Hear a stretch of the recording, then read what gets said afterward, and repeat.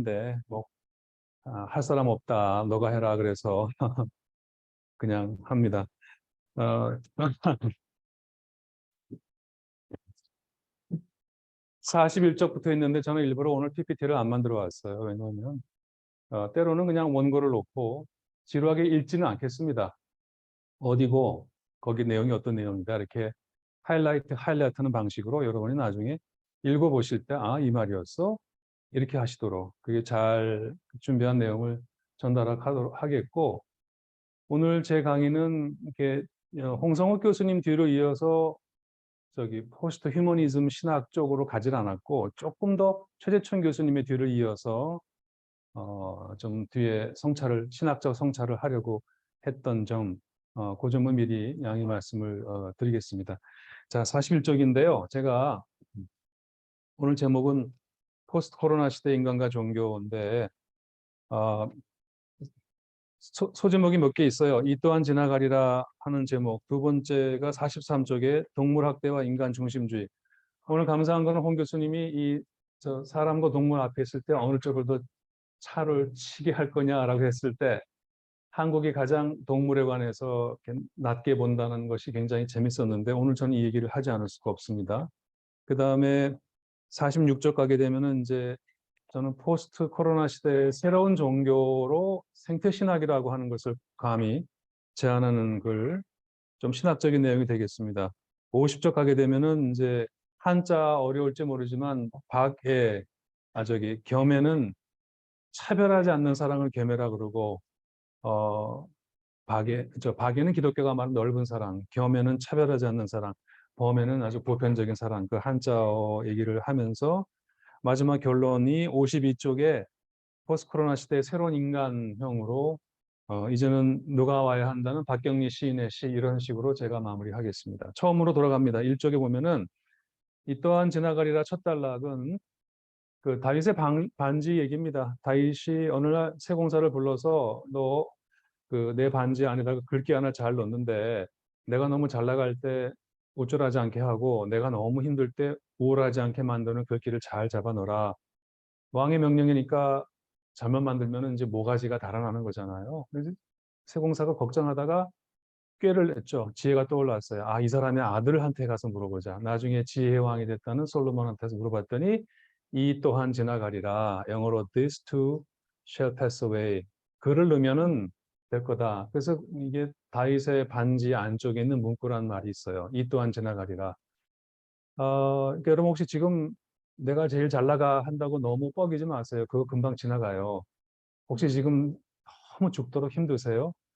그 또한 지나갑니다. 자, 자, 그런데 저는 코로나19 이 또한 지나갈까? 이런 질문을 던지는 거예요. 두 번째 단락에 어떤 얘기가 있냐면, 예, 결국 이거 찾아들어요.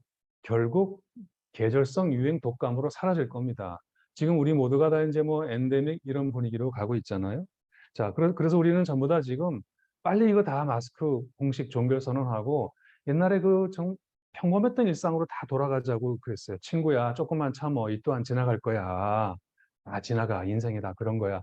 빨리 우리 마스크 내리고 그냥 원 없이 카페에 앉아서 그냥 차 한 잔 놓고 그냥 이 얘기하고 뭐 그런 평범한 일상으로 돌아가자라고 얘기하는데 제 두 번째 질문은 과연 코로나 이전이 평범했던 일상이었습니까? 묻고 있는 거죠. 세 번째 단락하게 되면 바이러스 얘기 나옵니다. 인류가 20세기까지도 바이러스의 존재를 몰랐죠. 그 100여 년 전에 스페인 독감 번졌을 때 그때도 몰랐어요. 5천만 명이 죽었지 않습니까? 그때 그것이 3.1운동까지 여파를 줬다고 우리가 알고 있는데 지난 100년 동안의 의학 발전으로 우리가 지금 뭐랄까요? 이게 뭐 이제 대부분의 바이러스를 잡았다고 생각하는데 여러분 2003년에 사스, 2009년에 신종 인플루엔자, 2014년 이볼라, 2015 메르스, 2019 코로나 뭔가 자꾸 이렇게 전염병이 주기가 빨라지고 자주 일어난다라고 하는 독특한 현상이 지금 이루어지고 있죠. 그것은 그 다음 단락 제가 인수공통 감염병이라고 하는 신종 바이러스의 출현 때문이라고는 말씀을 드려요. 여러분 천연두 알고 계신 분 계세요? 소아마비 요즘 아이들 안 갖고 있죠. 그러니까 인간만 공격하는 바이러스는 인류가 거의 다 잡았는데 인간과 동물의 몸을 자유롭게 오가면서 종 간의 어떤 그 순환하면서 언제 불쑥 나타났다가 사라졌으나 다시 나타나는 이제 그 인수 인간과 짐승을 공통으로 감염시킬 수 있는 것 때문에 이 코로나가 무섭다는 말씀을 드리죠. 왜냐하면 이거는요, 여러분 가정에 혹시 반려견묘 키우신다면 개들을 다 포함해서 지구상에 존재하는 모든 동물을 바퀴벌레처럼 박멸해야 사라지는 병이기 때문에 근절하기 어렵다. 그 다음 단락. 자, 그러면 이제 바이러스에게 돌을 던지면 되겠네요. 아니요, 여러분. 지구 역사에서 바이러스라는 존재가 없으면 이 대기 중에 이런 산소가 없을 거예요. 그러면 이번에 그 박쥐 몸에서 우리한테 왔다고 하니까 박쥐를 때려잡으면 되겠네? 아니라는 거죠. 여러분, 박쥐 몸 안에 박쥐는 그 인간의 몸에 들어온 병원군과 싸우는 전략을 취했는데 박쥐는 몸에 들어온 병원군과 공존하는 전략을 취했어요. 130종이 넘는 바이러스 몸에 품고 살고도 안 아파. 근데 그 중에 하나가 코로나 바이러스. 그 중에 61종의 인수공통 감염, 그 굉장히 병균 덩어리죠. 쥐보다 많아요. 근데 그 중에 한 놈이 이번에 어디서 한 사람한테 와갖고 비행기를 타고 순식간에 전 세계를 돌아서 지난 3년 동안 600만 명이 넘는 사람이 지금 죽었잖아요. 그러니까 전쟁으로 보면은 저희가 제3차 세계대전을 지금 치렀다고 해도 과언이 아닌 상황입니다. 자, 그래서 제가 세 번째로 묻죠. 그러면 혹시 이 박쥐가 야심한 밤중에 우리 인간 세계로 날아 들어와 깨물어 갖고 이런 일이 벌어졌는가? 배트맨처럼 야심한 밤중에 그게 아니라는 거죠. 그 다음 단락. 깊은 동굴에 조용히 잠자고 있는 박쥐가 나온 것이 아니라 인간이 그 깊은 숲속에 동굴 앞까지 숲을 다 파괴하고 그 앞에 가서 박쥐와 종간 접촉의 기회를 늘린, 박쥐가 인간의 영역을 침범한 것이 아니라 인간이 박쥐의 영역을 침범한 것이 이 모든 사단의 원인이라는 얘기를 적었습니다. 여러분, 인간이 이윤을 위해서라면 정말 무서운 존재죠.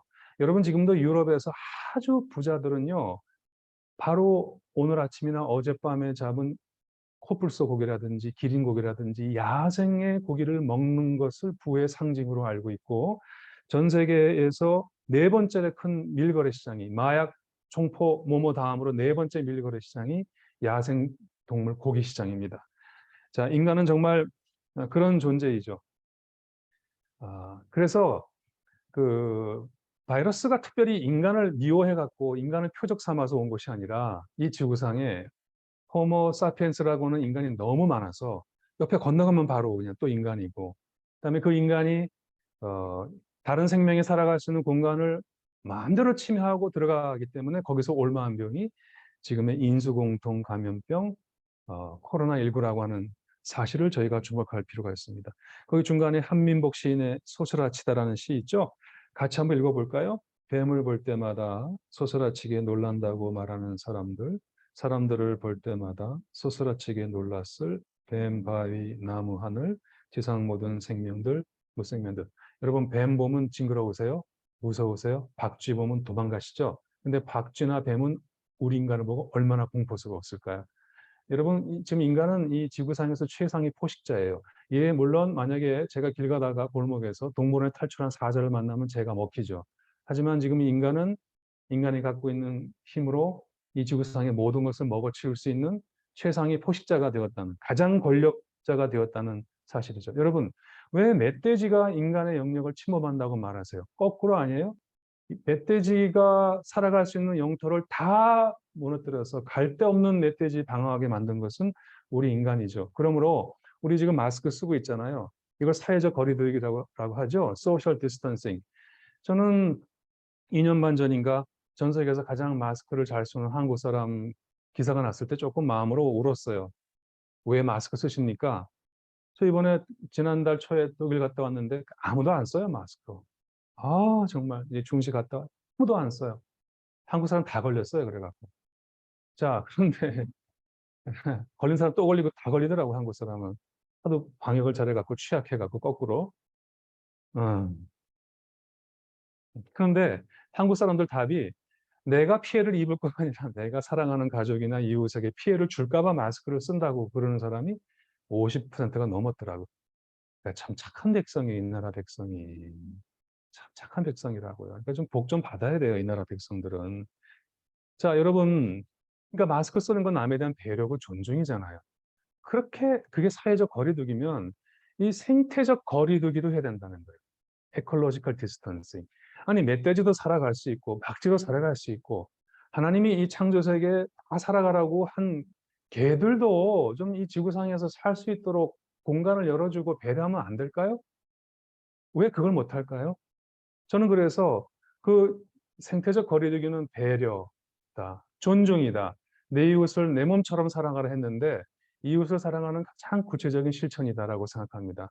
오늘 전 여러분께 여러분이 말하는 이웃이 어디까지 포함될까 좀 이따 도전하겠습니다. 자, 그래서 첫 번째 얘기를 제가 마무리하면 지금의 고통 우리 인간이 만든 거예요. 갑자기 어떤 목사님들처럼 뭐 하나님의 심판이라고 이렇게 이상한 얘기 하지 마세요. 자기가 심은대로 거둔다고 하셨어요.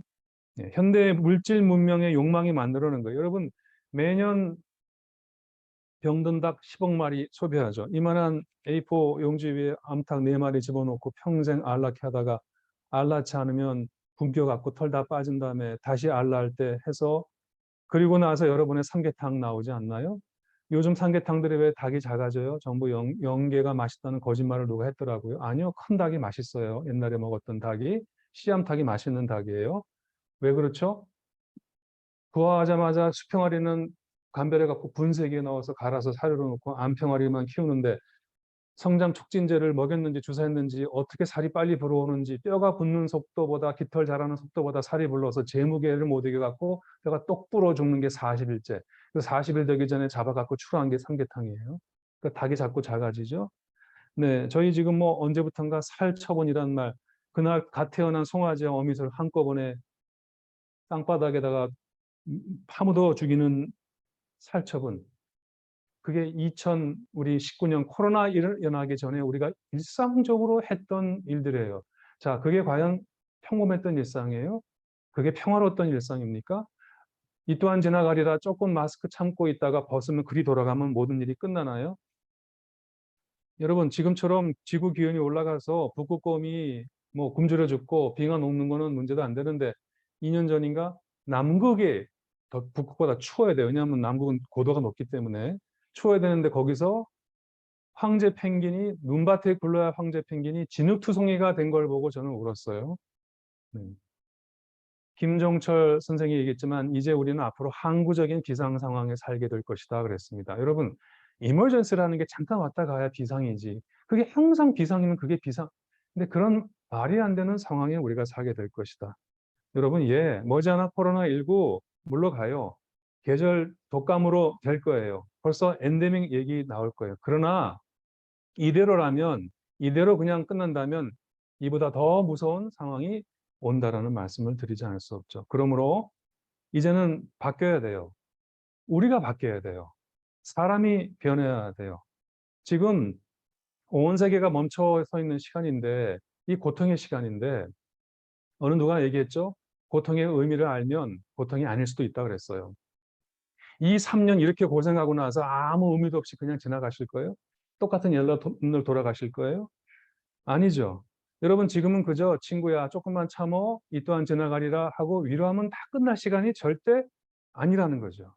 지금 겪고 있는 이 고통의 원인을 더 깊이 알고 그것을 우리가 바로잡지 않으면 안 된다는 겁니다. 그래서 저는 첫 번째 이야기 맨 마지막을 메타노이아란 말로 끝냈어요. 회개죠. 여러분 회개는 회심이 아니에요. 회심은 마음을 돌이킨다는 거잖아요. 회개는 마음을 돌이키고 고칠 개자가 있어요. 마음을 바꿨으면 삶이 바뀌어야죠. 라이프 스타일이 바뀌어야죠. 행동이 바뀌어야죠. 네. 성경 말씀에 너는 돌이켜 회개하고 모든 죄에서 떠나라. 너희가 범한 모든 죄악을 버리고 마음과 영을 새롭게 하라. 너희가 어찌해서 죽고자 하느냐. 너희는 스스로 돌이켜 살지라라고 하는 말씀이 있죠. 하나님은 우리가 죽기를 원치 않으세요. 그러면서 하시는 말씀이 이런 약속을 하셨어요. 내 백성이 그들의 악한 길에서 떠나 스스로 낮추고 기도하여 내 얼굴을 찾으면 내가 하늘에서 얼굴을 들고 그들의 죄를 사하고 그들의 땅을 고치겠다고 하셨습니다. 지금은 철저하게 우리가 이 사태를 회개하고 삶을 바꿔야 된다 말씀드립니다. 자, 두 번째, 마침 오늘 홍 교수님이 이 동물 얘기를 하라고 앞에 자리 깔아 놓으신 것 같은데, 아까 제가 지금의 원인이 인간만 공격하는 바이러스가 아니라 인수 공통 감염병이라는 말씀을 드렸잖아요. 자, 그 동물 얘기를 안 할 수가 없어요. 왜냐하면 지금의 이 병은 우리가 동물을 학대하고 하대하고 동물이 살아갈 수 있는 터전을 다 파괴해버리고 인간만 이 지구상에 살 수 있다라고 하는 착각 속에서 스스로 만들어 온 재앙이기 때문에 오늘 우리는 지금까지 그리스도교 신학이 갖고 있던 이 철저한 인간 중심주의적 신학을 버리고 동물과 기계와 다른 문제에 대해서 새롭게 보는 관점을 갖지 않으면 안 된다 하는 말씀을 두 번째로 드리고 싶어요. 첫째 단락에 제가 우리나라에서 여러분 인구가 5천만인데 반려견을 키우는 사람이 1,500만 놀라셨죠? 여러분도 아마 가정에 4명 중에 한 분은 반려견류를 키우고 계세요. 근데 여러분 이번 휴가철에도 약 12만 마리의 강아지들이 전국 강토에 버려졌죠. 주로 늙고 병든 강아지 갖다 버려요. 제발 그러지 마세요. 한국은 OECD 세계 선진국가 클럽에서도 고아 수출 1위이면서도 유기견 수출 1위라고 하는 국가죠. 여러분, 어, 버려진 개를 국내에서 입양하지 않고 해외로 입양하는 나라 우리나라밖에 없어요. 간디가 이렇게 말했죠. 한 국가의 위대함과 도덕적 진보는 그 나라 동물이 어떤 대우를 받고 있는가를 보면 알 수 있다고 그랬어요. 그러면 대한민국이 도덕적으로, 정신적으로 얼마나 선진 국가일까요? 저는 이 기사가 사실이 아니길 바라는데 전 세계에서 고양이가 사람 보면 슬금슬금 도망가는 나라가 한국밖에 없대요. 맞았던 경험이 있는 거죠, 인간에게. 그 다음 달라. 문제의 핵심은 동물 학대입니다. 학대는 영어로 cruelty라고 합니다. 근데 여러분 지금 한국만이 아니죠. 전 세계에서 500억 마리의 동물이 인간에게 죽임당하죠. 물고기를 빼면 250억 마리의 동물이 먹이가 돼요. 1억 마리의 동물이 인간의 옷이 되기 위해 죽어요. 여러분 지금 사용하시는 모든 인간이 만든 제품 중에서 동물 독성 실험을 거치지 않은 제품이 거의 없을 정도입니다. 토끼 눈 실험이라는 게 있죠. 토끼 눈이 예쁘고 크잖아요. 그래서 그 눈을 고정장치로 감지 못하게 잠가 놓고 거기다가 잉크도 넣어보고 화장품도 넣어보고 우리가 먹는 약도 넣어보고 토끼는 인간 비명이 아니지만 자지러지죠. 비명을 지르지만 꼼짝도 할 수 없어요. 전부 그 고통 통해서 나오는 실험을 통해 나오고 있죠. 여러분, 이게 다 동물 학대예요. 그리고 동물 학대는 신학적으로 죄예요. 왜냐하면 그 동물은 내 소유권이 아니기 때문에 내가 가진 거 내가 마음대로 하는데 뭐라 그래? 라고 말할 수가 없어요. 그 생명의 주인은 신학적으로 하나님이세요. 그러므로 하나님의 소유권인 것을 우리가 마음대로 훼손하고 침해했으면 이건 신학적으로 죄라고 하는 사실. 왜 우리는 그렇게 생각하지 않느냐는 거예요. 왜 동물을 이렇게 마음대로 먹고 쓰고 입고 구두 만들어 신고 날마다 살처분 하면서도 왜 그것에 관해서 뭐 그 동물권은 무슨 뭐 서양에 누가 하는 운동이라는 정도로만 치부하고 왜 이것을 나의 신앙의 문제로 여기지 않느냐는 거죠. 그런 신학적인 눈이 이렇게 코로나19와 같은 질병을 만든 것은 아니냐 하는 거죠. 저는 그 아래 앤드류 린지라고 하는 옥스퍼드 대학의 세계적인 동물 윤리학자 책을 저는 번역해서 냈습니다마는 그분이 그랬어요. 동물들이 갖고 있는 권리는 동물들 스스로 또는 인간이 부여한 권리가 아니라 그를 신적 권리라 그랬어요. 천부의 권리라 그랬어요. 하늘이 주신 권리라고 그랬죠. 그러므로 동물에 대한 학대는 이 하나님의 권리에 대한 침해라고 하는 말씀을 꼭 여러분께 오늘 강조하고 싶어요. 자, 그러면 이제 이 동물 학대 뿌리를 거슬러 올라가 봅시다. 그 다음 단락인데요. 두 가지 뿌리가 있어요. 하나는 이제 유대교라고 하는 뿌리가 닿고 또 하나는 그리스 사상이라는 뿌리를 닿죠. 그런데 여러분 나중에 이 유대교 사상과 그리스 사상을 종합한 이가 누구죠? 기독교예요. 그래서 여러분 동물 학대의 문제는 기독교 신학의 문제. 제발 이 말씀을 기억해 주시기 바래요. 네. 자, 히브리 성서에서 이제 제가 이제 이 번역을 우리가 다시 다 요즘 보고 있습니다만은 그 정말 다스리고 정복하라고 하는 지배권을 인간에게 주었고 뭐 인간만 신의 형상으로 만들어진 만물의 영장이기 때문에 하나님보다 조금 못하게 지으시고 천사보다 조금 못하게 지으신 그런 존재라고 하는 이런 인간 중심주의적인 인간관이 있다 이런 얘기 우리가 아는데 기독교만이 아니죠. 그리스 사상에서도 네, 인간의 동물에 대한 지배권을 뭐 아리스토텔레스를 포함해갖고 전부 다 그것을 긍정했던 그런 것이 있죠. 이 둘을 결합한 것이 기독교예요. 그래서 여러분 아구스티누스도 토마스 아퀴나스도 인간을 위해서 동물을 이용하는 것은 아무 문제가 없다 그랬고요. 여러분 이 말을 주목해 주세요.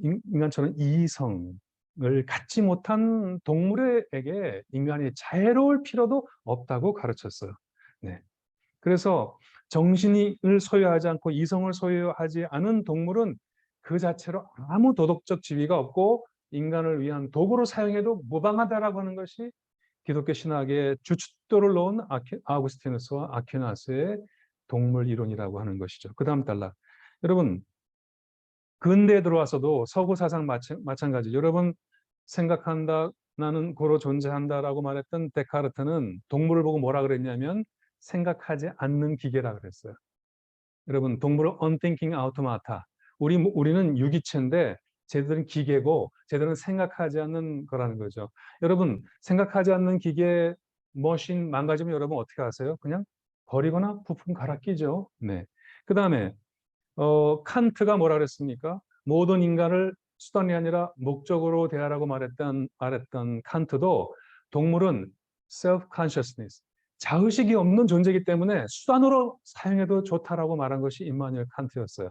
자의식이 없기 때문에 목적이 될 수 없다라고 말했죠. 여러분, 근데 이 고명하신 근대 철학자들의 생각이 근대 과학으로 다 깨지고 있는 거죠. 얼마 전에 유명한 사이언스지에 소위 동물 거울 실험이 있었죠. 침팬지를 앞에 놓고 거울을 줬더니 처음에는 남인가 하다가 얼굴 화장을 하는 거예요, 침팬지가. 지푸라기 뭘 올려서 머리를 이쁘게 따기도 하고 이빨 사이에 낀 거를 닫아내기도 하고, 그러니까 동물에게도 낮은 수준이지만 self-consciousness, 동물 거울 앞에 선 것이 자기 자신이라는 것을 인지하는 성찰 능력이 있다는 게 드러났죠. 침팬지인 줄 알았더니 오랑우탄도 돌고래도 유럽까지도 자아식이 있어요. 자, 인간만이 자아식을 가진 존재라고 하는 이 잘못된 철학이 이제 깨졌죠. 네, 동물은 단순한 기계에 불과하다고 하는 데카르트 철학도 깨졌죠. 동물에게 자아식이 있다면 동물은 자의식이 없으니까 마음껏 수단으로 이용해 먹고 버려도 좋다는 칸트 철학도 틀린 거죠. 그 다음 달라. 자, 그럼에도 불구하고 아직도 이 지구상에서 기독교 신학만큼 이렇게 완고하고 질긴 인간 중심주의적인 신학이 없다라고 하는 성찰을 얘기하고 합니다. 여러분, 그래, 다 좋아. 그러나 아무리 그래도 그렇지 성서에 의하면 인간은 동물을 다스리고 지배할 수 있는 그런 신적인 권리를 가진 존재라고 하는 이 사상을 이제는 과학도 철학도 하나씩 포기해가는데 가장 끈질기게 기독교 신학만이 최후의 보루처럼 이 인간 중심주의 사상을 버리지 않고 있다라고 하는 거죠. 그래서 제가 이제부터 하나씩 도전합니다. 여러분, 저는 먼저 예수 그리스도의 십자가를 성찰하면서 우리는 그것이 우리 인간의 죄를 대속하시는 속죄양의 어린 양의 피라고 말하는데 하나만 더 생각해 보세요. 그건요, 예수 그리스도의 십자가는 인간 때문에 무고하게 제사의 희생양이 돼갔던 수많은 동물 제사를 그치게 한 사건이기도 해요. 인간의 죄를 다 동물에게 뒤집어 씌우고 그 동물을 대신 도륙함으로써 그 피로 진노한 신을 달래라고 했던 인간의 모든 동물 제사를 중지시킨 것이 십자가라면 십자가가 왜 인간의 죄만 대속합니까? 동물의 고통도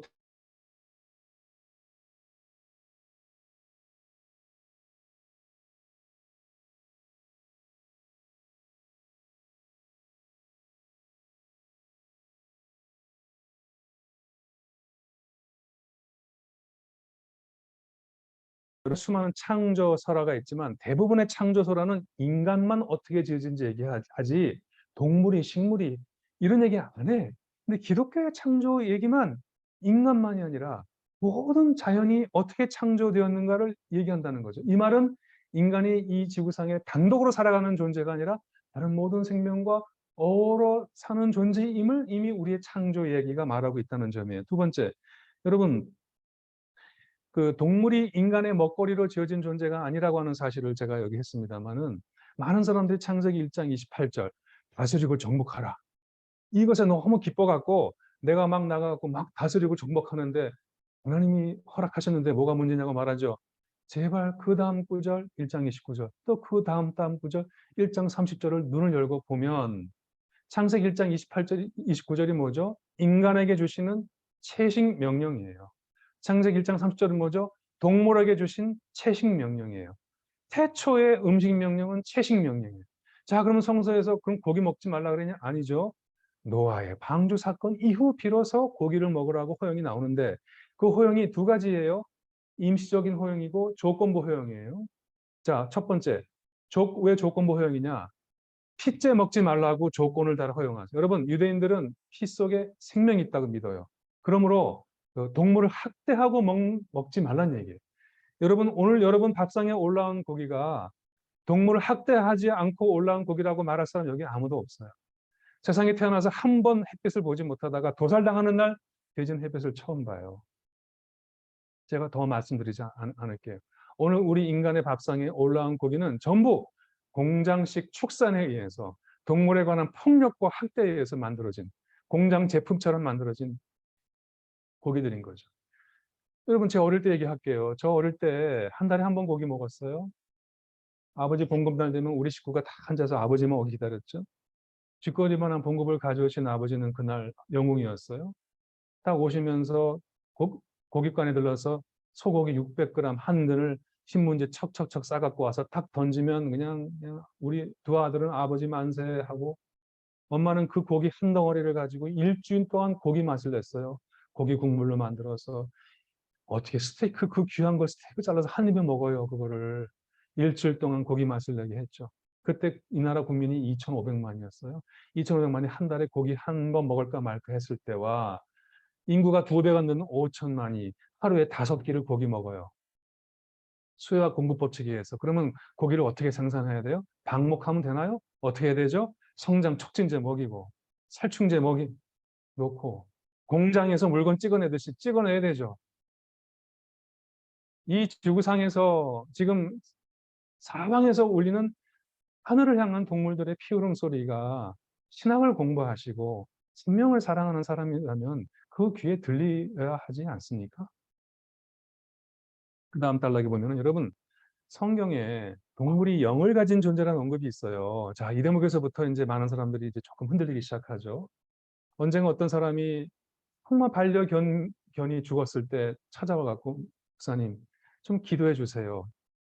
제가 다른 목사님 가면은 그냥 쓰레기 봉투에 담아서 버리래요. 가톨릭은 신부님이 오셔갖고 뭐 성수 뿌려주시고, 불교는 스님이 와서 목탁을 해주시는데, 왜 개신교 목사는 쓰레기 봉투에 담아 버리라 그러고, 내가 키우던 금붕어가 죽으니까 그냥 화장실 가서 물 내려 버리라 그러고, 나는 아닌 것 같습니다. 그러시더라고요. 그러면서 그래요. 저 앞으로 천국 가나요? 근데 천국 가면 제가 키우던 내 식구보다 귀했던 이 아이 볼 수 있을까요? 목사님들이 없다고 하네요. 인간의 영혼만 들어간다고 하네요.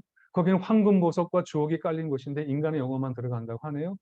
그러고 보니까 여러분 기독교 성화에서 천국 그림에서 동물 있는 그림이 하나도 없어요. 인간만 들어가, 영혼만 들어가는 그런 천국을 기독교는 구원이라고 가르쳤잖아요. 네. 근데 여러분 성경을 보시면 동물이 또 역시 하나님의 네페시 하야로 지어졌다는 그런 말이 있고, 여러분 발람의 이야기 아시죠? 오히려 그 나귀가 주의 천사를 알아보고 길을 가지 않는데 발람은 왜 안 가냐고 때리다가 동물이 주의 천사를 알아보는 영안이 있다는 얘기를 하지요. 노아의 방주 이야기는 결정적으로 하나님께서 동물도 긍휼히 여기고 구원한다는 얘기인데 지금까지 얼마나 남성 중심, 인간 중심적 안경을 쓰고 봤더니 이 문제가 안 벌리죠. 자, 긴 말씀 안 드려요. 여러분, 하나님께서 무지개를 걸어놓고 하신 약속이 뭐였죠? 내가 다시는 많은 사람들이 인간을 홍수로 멸하지 않겠다라고 알아요. 제발 창세기 9장을 다시 눈 열고 다시 보시기 바랍니다. 만약 정말 성서에서 다시는 인간을 홍수로 멸하지 않겠다 하셨다면 제가 요즘 말은 이해가 안 돼. 제 손에 장을 지지겠습니다. 옛날 말 여기다가 장을 지진다는 말이 여러분 창세기 9장을 보시면 뭐라고 말씀하시면 내가 다시는 인간 때문에 지구의 다른 생물을 멸하지 않겠다고 하신 것이 약속이에요. 여러분, 노아의 홍수 때 그 많은 지구상 동물이 무슨 죄가 있어요? 여러분, 신학적으로 죄는 인간만 짓는 거예요.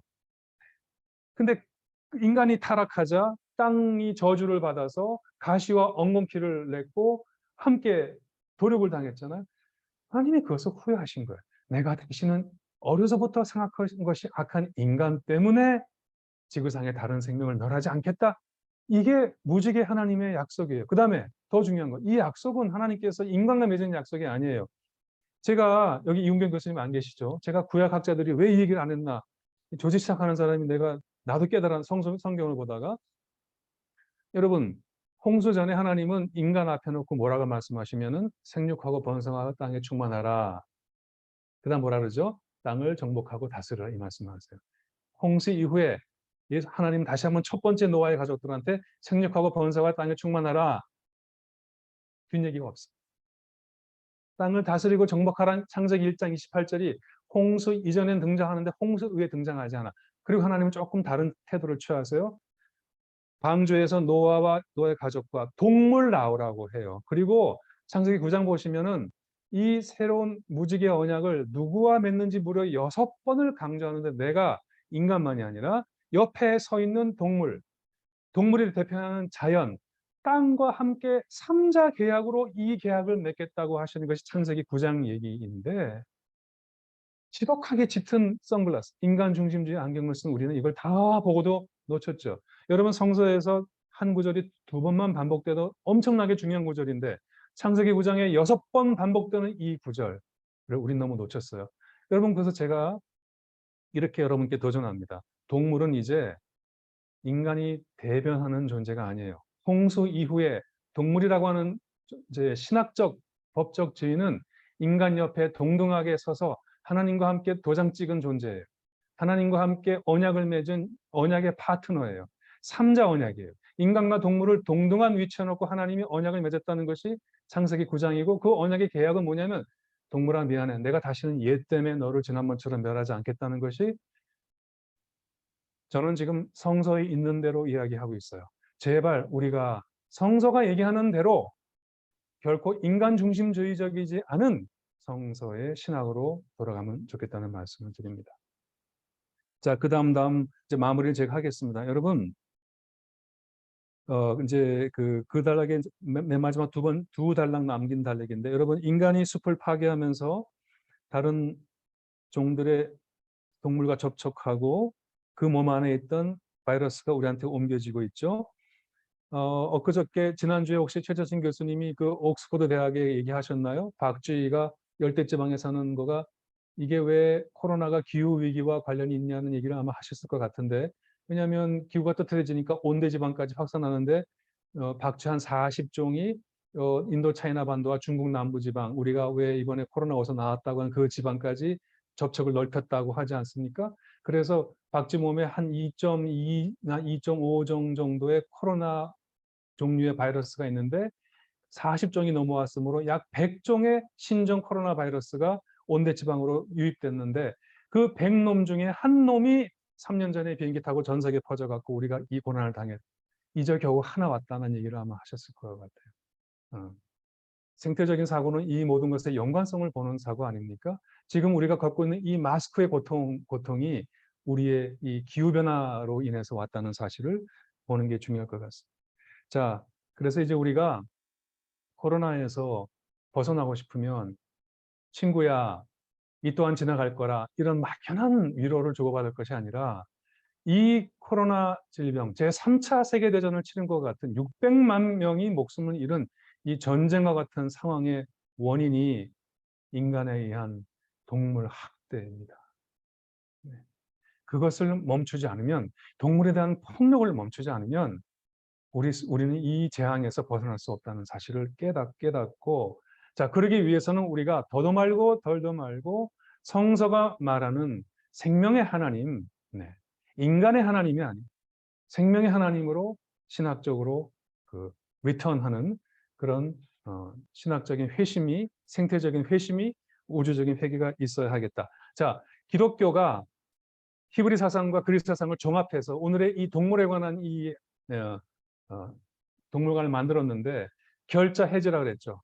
기독교가 종합했으니 기독교가 세운 바벨탑이니 스스로 허무는 새로운 신학을 하지 않으면 이제 여러분이 어떤 전공 하시든지 간에 우리 21세기 포스트 코로나 시대에는 나는 시대적 적합성이 떨어지는 신학이라고 말씀드리고 싶어요. 다음 달라. 생태 신학. 자, 이 얘기는 제가 좀 쉽게 하겠습니다. 자, 이 얘기는 제가 쭉쭉 넘어가시다 보면은 그래서 이제 이원론의 문제만 말씀드리라고 해요. 영육 이원론의 문제에 대해서 말씀드리라고 해요. 여러분, 아까도 많은 정통 기독교에서 그렇게 가르치죠. 동물은 천국에 갈 수가 없어. 왜 그렇다고 말하죠? 동물은 영혼이 없으니까. 천국은 영혼이 가는 거야. 그러면 영혼이 없는 동물은 미안하지만 내가 가서 만날 수 없다라고 말하잖아요. 자, 굉장히 성서적이지 않은 영육 이원론적인 사고에 의해서 영은 귀하고 구원받고 육은 천하고 멸시받고 멸망한다는 그런 플라토닉한 극단적인 영육 이원론 사상이 마치 오늘날 기독교의 정통신학인 것처럼 둔갑을 하고 있다는 말씀을 드리고 싶어요. 저는 평생 신학을 공부한 사람으로 오늘 제가 여러분께 이렇게 단도직입적으로 얘기합니다. 기독교의 정통신학은 이 영육 이원론과 싸워서 만들어진 신학이라는 말씀을 드립니다. 근데 어느샌가 기독교의 신학이 다시 영육 이원론을 자기 안에 갖고 들어와서 구원이라고 말하지 않고 구령이라고 말하고 영혼만 구원받는다고 말하고 그래서 이 동물은 영혼이 없다고 말하고 그리고 그래서 영혼이 없는 동물은 구원받지 못하니까 천국 가서 만날 수 없으니 포기하라고 하는 굉장히 반기독교적이고 반성서적인 구원론을 펼치고 있는 것을 단도직입적으로 좀 도전하려고 합니다. 여러분, 태초에 하나님이 천지를 창조하시니라. 또는 하나님은 처음에 본질과 실존을 창조하셨다. 하나님은 하늘과 땅을 지으신 창조주가 되신다. 하늘에 계신 영이신 하나님께서 육신 물질을 입고 이 땅에 오셔서 성육신 하셨다. 그가 잠깐 우리 눈앞에 살짝 가짜로 보이는 그리스도가 아니라 여자의 몸에서 육신을 입고 이 땅에 나셨다. 여러분, 이 모든 고백들이 그냥 어느 신학자가 책상에 앉아서 쓴 이론이 아니라 300년, 400년 소위 영지주의 기독교인들과의 엄청난 투쟁을 통해서 만들어진 고백이라는 거죠. 우리가 알고 있는 정통 기독교의 시작은 이원론적인 영육 이원론 교리와의 싸움이었다는 말씀을 드리고 싶어요. 여러분, 요한일서 4장에 하나님의 너희가 받은 영이 하나님의 영인지 적그리스도의 영인지 테스타라는 얘기가 있죠. 성경에서 하나님의 영을 분별하라 테스타라는 게 딱 2절 나오는데 우리 교회에서 목사님들은 말라기 것만 너무 좋아해서 그것만 자꾸 가르쳐. 뭐죠? 너희가 11조를 내면 하나님께서 하늘 곳간 열어서 너희한테 복 주는지 안 주는지 시험하라. 이것만 좋아해서 이 구절만 자꾸 얘기를 해. 뭘 강조하려고 하시는지. 요한일서 4장에 또 테스타란 말은 아예 잊어버리셔. 너무 선택적인 망각이고 선택적인 취사죠. 여러분, 거기서 적그리스도 영이 누구예요? 예수 그리스도께서 육체로 입고 오신 것을 시인하는 영은 하나님께 온 영이나 부인하는 영은 적그리스도 영이니 이미 너희 가운데 있다. 이게 주후 1, 2, 3, 4세기 동안 지중일 때 창궐했던 플라톤을 너무 사랑해서 영육 이원론을 신봉했던 영지주의 기독교 아닙니까? 이분들이 뭘 믿었죠? 이분들이 뭘 부정했죠? 성육신을 부정했죠. 성육신. 하나님의 영이 육신 입었다는 말을 인정할 수가 없었어요. 왜?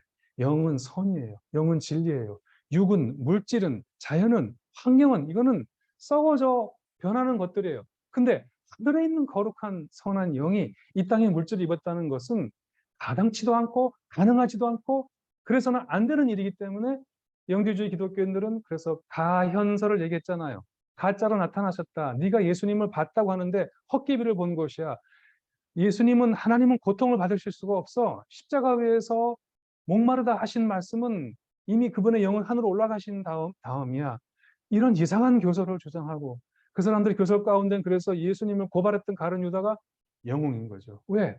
예수님을 십자가 못 박아 죽게 해서 그의 영혼이 육신의 감옥에서 벗어나서 천국으로 회귀할 수 있도록 열어준 게 가룟 유다니까 유다가 영웅인 그런 영주주의 기독교와의 300년에 걸친 싸움에서 오늘의 정통 기독교가 만들어졌고, 저는 그 정통 기독교를 개척한 프랑스의 신학자의 한 사람이 이레네우스, 그런 고린도후서 5장 17절에 심취했죠. 누구든지 그리스도 안에 있으면 새로운 피조물이라. 자, 여러분은 그 누구든지 안에 누구 정도 생각하세요?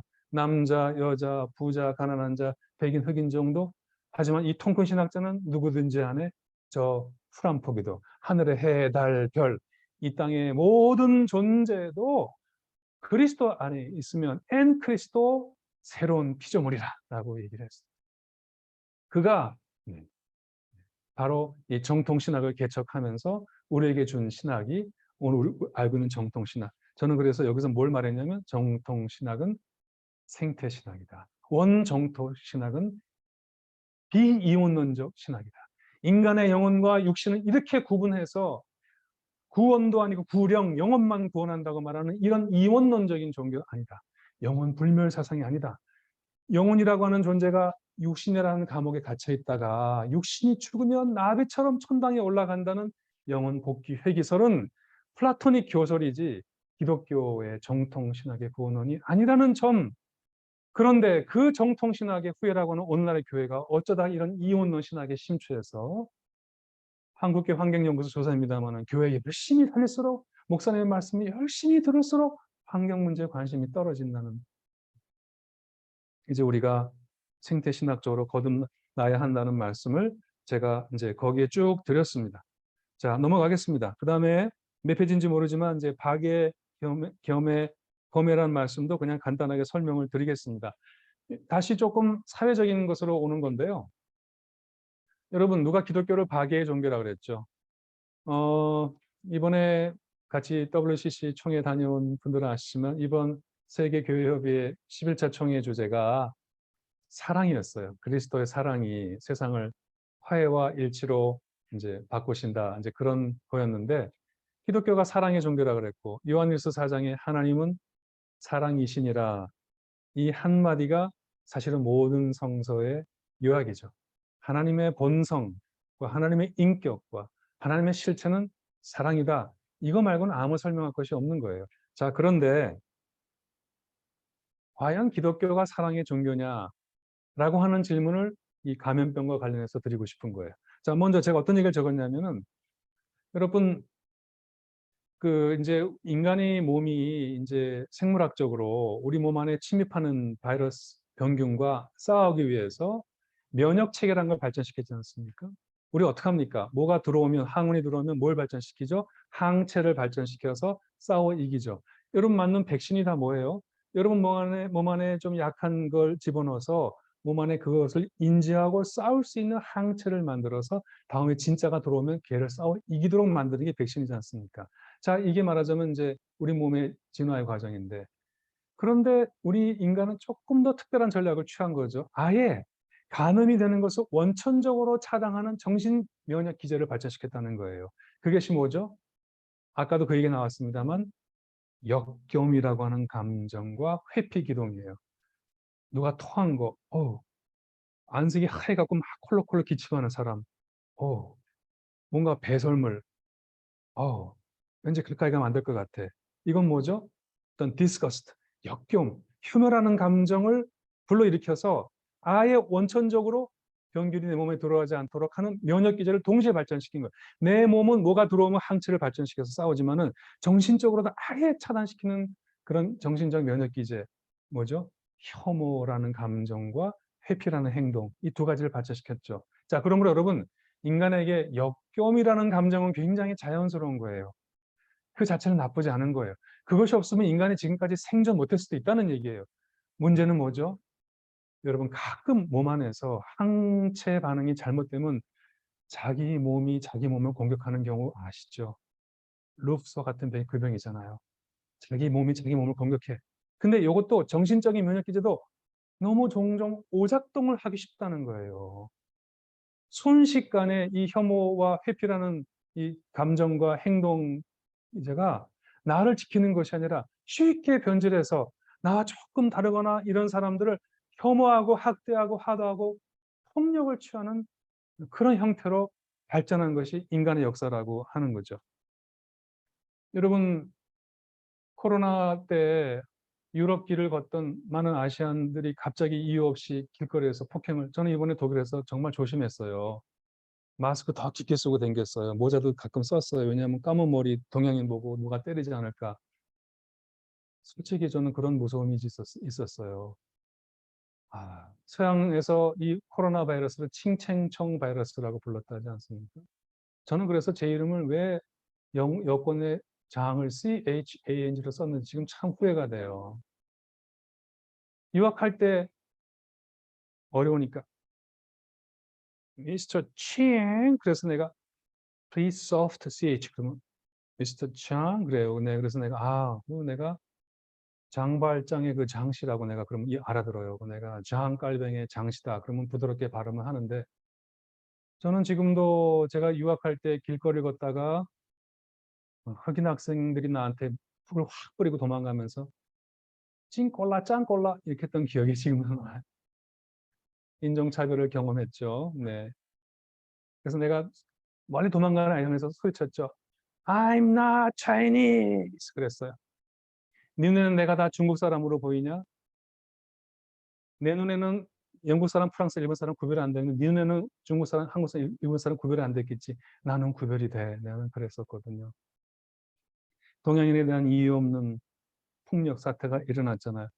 여러분, 질병이 돌면 사람들이 이상해요. 가장 먼저 뭐죠? 이렇게 의심하는 사람이 누군 줄 아세요? 노인. 뭔가 병을 걸렸을까? 두 번째, 장애인. 놀라지 마세요. 그리고 여러분, 비만인 사람을 경계한대요. 왜 비만한 사람이 갑자기 무섭다고 회피하느냐? 왠지 나와 달라서 뭔가 병을 옮길 것 같다는 거죠. 자, 그래서 제가 언젠가 한번 드린 얘기지만 그리스도교 성서와 신학으로 돌아가면 기독교에서 가르치는 교회란 무엇인가 할 때 교회의 본질은 제가 환대다라는 말씀을 드려요. hospitality다, 환대다, 나그네 환대다. 네. 그것이 교회의 본질이다. 자, 환대하니까 뭐가 생각나세요? 왜 주일 예배 끝나고 난 다음에 여전도회가 저기 이거 들고 나서 커피와 뭐 대접하는 것을 환대라고 생각하면 아니죠. 여러분 성경에 내 이웃을 내 몸처럼 사랑하라는 구절이 제일 많을 것 같지만 성경에 그보다 많은 구절은 낯선 이를 환대하랍니다. 나그네를 환영하라는 구절입니다. 그런 구절들이 너무나 많습니다. 신약 성서에서 환대를 뜻하는 그리스 단어는 필로제니아입니다. 낯선 자를 사랑함입니다. 반대 단어가 바로 xenophobia입니다. 우리가 보통 외국인 혐오라고 번역하는 낯선 자를 미워함이라고 하는 단어죠. 그런데 여러분 제가 야고보서 2장 1절에서 이런 구절이 있죠. 내 자매 형제들아 영광의 주 곧 우리 주 예수 그리스도에 대한 믿음을 너희가 가졌으니 사람을 차별하여 대하지 말라. 만일 너희가 사람을 차별하여 대하면 죄를 짓는 것이니 율법의 너희가 죄 없는 자를 하지 아니할 것이다 했습니다. 차별, 혐오, 성서적으로 죄입니다. 동물에 대한 폭력, 학대, 그 동물에 대한 하나님에 대한 죄입니다. 왜 우리는 그렇게 생각하지 않죠? 왜 우리는 이 문제를 너무 가볍게 생각하죠? 거기에서 오늘날의 이 모든 폭력과 고통이 오고 있는 것은 아닌가요? 우리는 언제쯤 이 문제까지도 우리 신학 안에 포함할 수 있을 때가 올 수 있습니까? 여러분, 교회는 모든 사람이 환영받는 곳이어야 돼요. 여러분, 근데요, 이웃사랑은 좀 쉬워요. 왜냐하면 여러분 이웃이 암만 조금 불편해도 나랑 좀 같은 지역에 살고 나랑 좀 고향도 비슷하고 또 비슷한 인간이에요. 근데 여러분 스트레인저, 나그네, 선인은 좀 사랑하기 힘들어. 그냥 너무 달라. 근데 성서는 이웃 사랑하라는 말보다 그 낯선 이를 환영하, 그를 그리스도라고 생각하고 환대하라고 얘기해요. 이게 기독교의 가르침이에요. 근데 우리는 왜 이런 가르침을 그렇게 중요하지 않게 너무 넘기는 거죠? 자, 그래서 제가 이제 중국의 묵자 얘기를 잠깐 합니다. 예수님 오시기 500년 전에 중국에 묵자라는 사상가 있었어요. 묵공이라고 됐고 안성기 배우도 나와갖고 중국 배우와 함께 이 묵공이라는 영화를 만든 적이 있어요. 긴 말씀 안 드리는데 그분은 겸애라는 사랑을 얘기했어요. 이분의 겸애라고 하는 한자 어렵잖아요. 차별 없는 사랑이에요. 이분은 많이 세상을 보았더니 세상이 왜 이렇게 어지럽고 나라가 나라를 전쟁을 치고 왜 사람 사이에 폭력이 있냐 봤더니 사람을 차별해서 사랑하기 때문이라는 걸 본 거예요. 사랑이 없어서 어지러운 게 아니에요. 인간은 사랑하는 존재예요. 사랑받기 원하는 존재예요. 자기 새끼 사랑하고 자기를 사랑해요. 어느 정도는 이웃을 사랑해요. 근데 거기까지. 근데 어디까지가 그 동심원인지 모르지만 그 바깥의 사람은 사랑하지 않아요. 사랑이 차별적으로 행해져요. 내 나라 국민만 사랑하고 다른 나라 국민을 사랑하지 않으니 전쟁을 일으켜요. 내 가족만 사랑하고 다른 가족 사랑하지 않으니 남의 가족을 막 때리고 몰살하고 폭력을 행해요. 그래서 사랑이 차별적으로 행해지기 때문에 사랑이 없어서가 문제가 아니라 차별 없는 사랑을 해야 된다고 얘기했고, 한국의 실학 사상가인 담원 홍대용은 이 묵자의 겸해라는 사상을 더 확장해서 인간 안에 차별 없는 사랑은 오히려 한국 사상가가 더 통이 커요. 자연 만물까지 확대해서 인간만이 아니라 자연 만물까지 차별 없는 사랑을 해야 그게 진정한 사랑이다라고 사랑의 지경을 확대해 나왔어요. 근데 여러분, 이게 성서가 말하는 하나님의 사랑 아니냐는 거예요.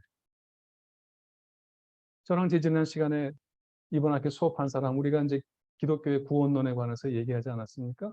타종교와의 구원 얘기하면서 구원은 교회 안에만 있니, 교회 밖에 든 이거 갖고 심각한 논쟁이 지금 벌어져 있는데, 그때 제가 이렇게 얘기했잖아요.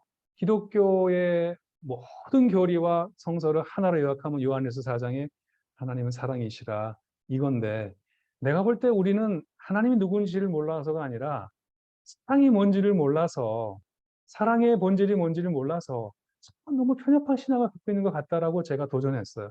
여러분, 사랑이 뭐예요? 뭐가 사랑이에요?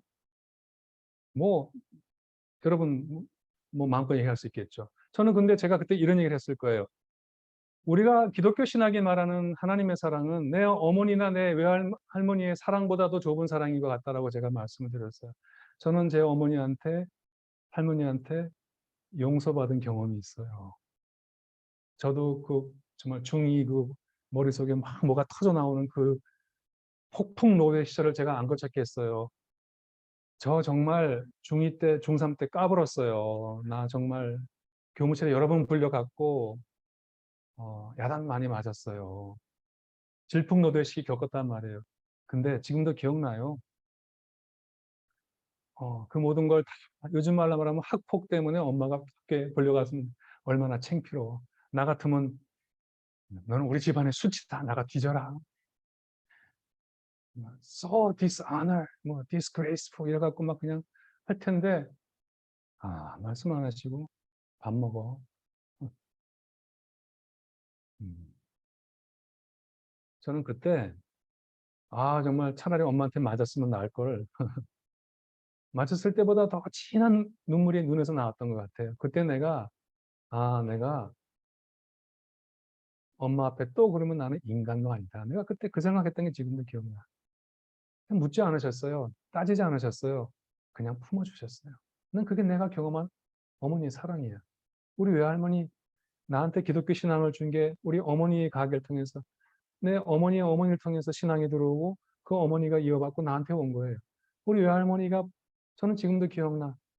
아유, 내 새끼. 그러고 오면은 초등학교 나오셨어. 날 그냥 무조건 품고 안아주셨던, 꼭 껴안아줬던 그 살냄새가 지금도 기억나.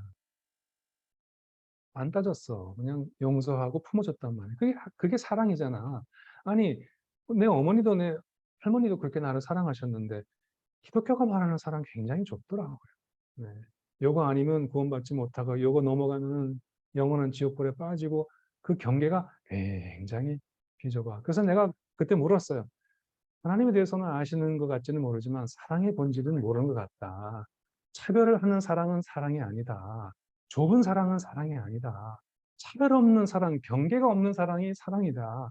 온 세상을 지으신 하나님의 눈으로 볼 때는 깨물어 아프지 않은 손가락이 없는데, 누구는 저주받고 누구는 구원받는다는 이런 배타적인 신학, 사람을 차별하는 신학이 진짜 기독교 신학이냐? 우리는 그렇게 경험해야 된다고 제가 얘기했어요.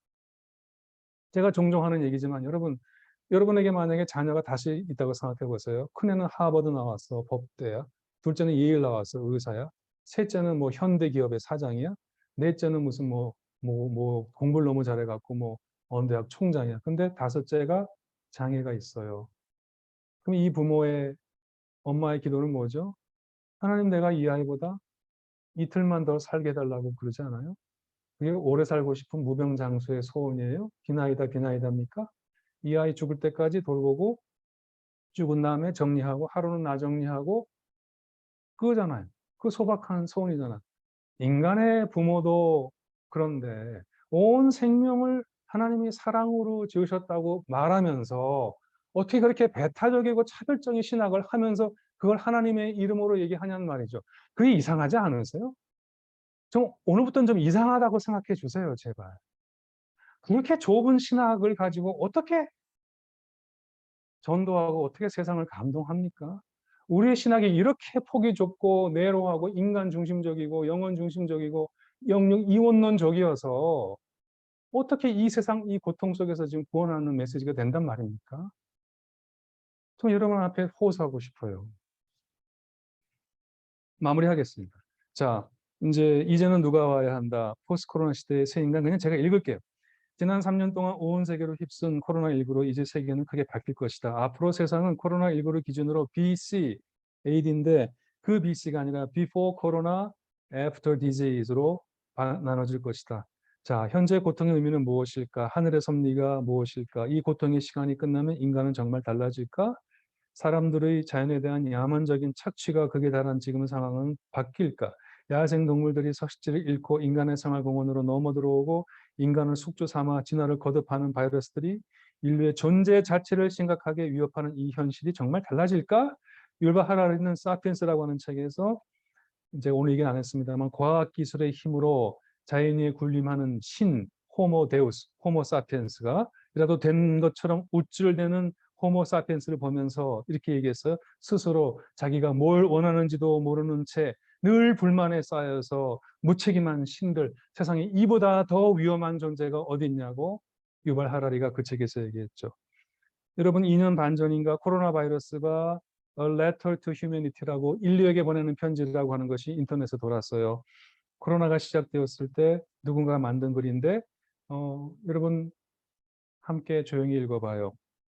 지구가 속삭였지만 당신들은 듣지 않았습니다. 지구가 소리를 내 이야기했지만 당신들은 듣지 않았습니다. 지구가 소리쳐 외쳤을 때 당신들은 오히려 귀를 막았습니다. 그래서 내가 태어났습니다.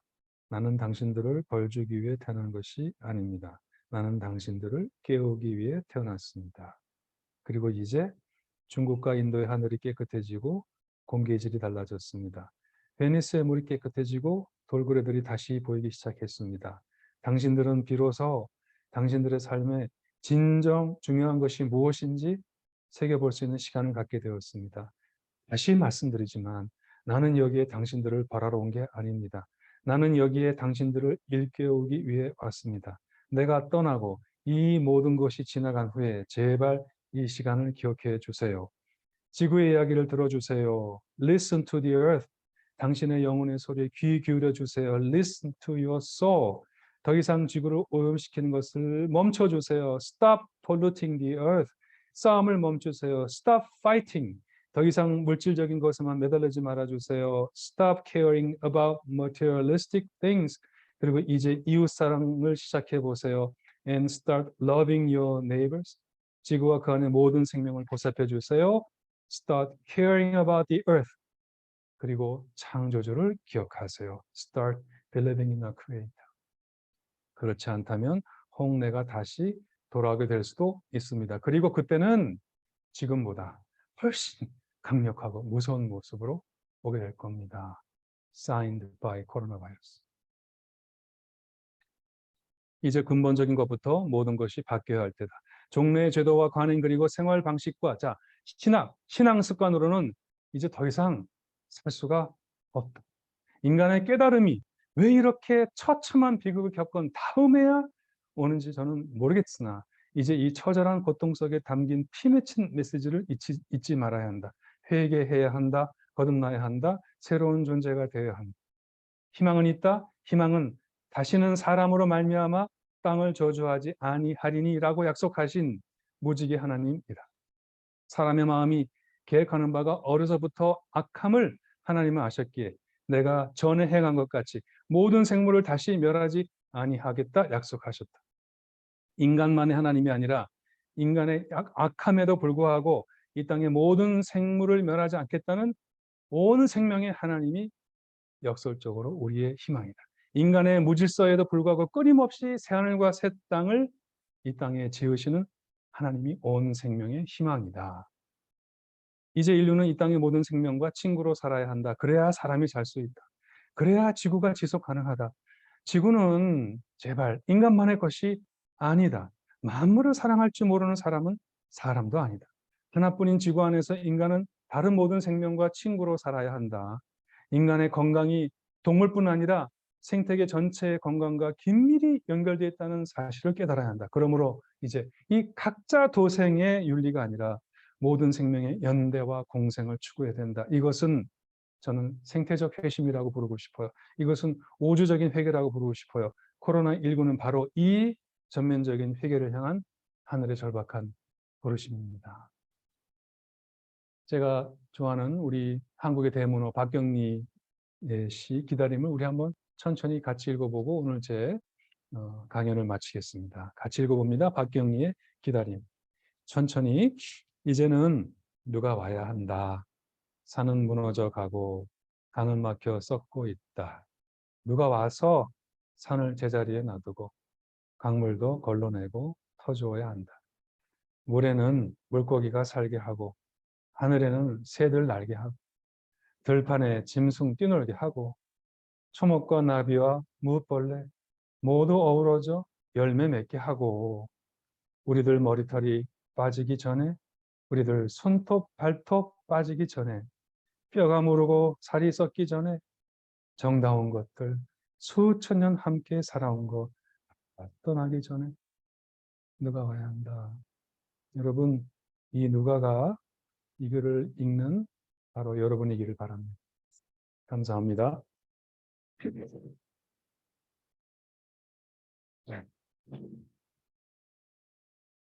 3일째 딱 3분만 짧은 질문 받고 1분 응답하고 끝내겠습니다.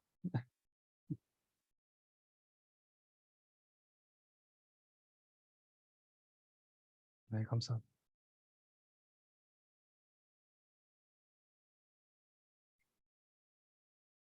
자, 여러분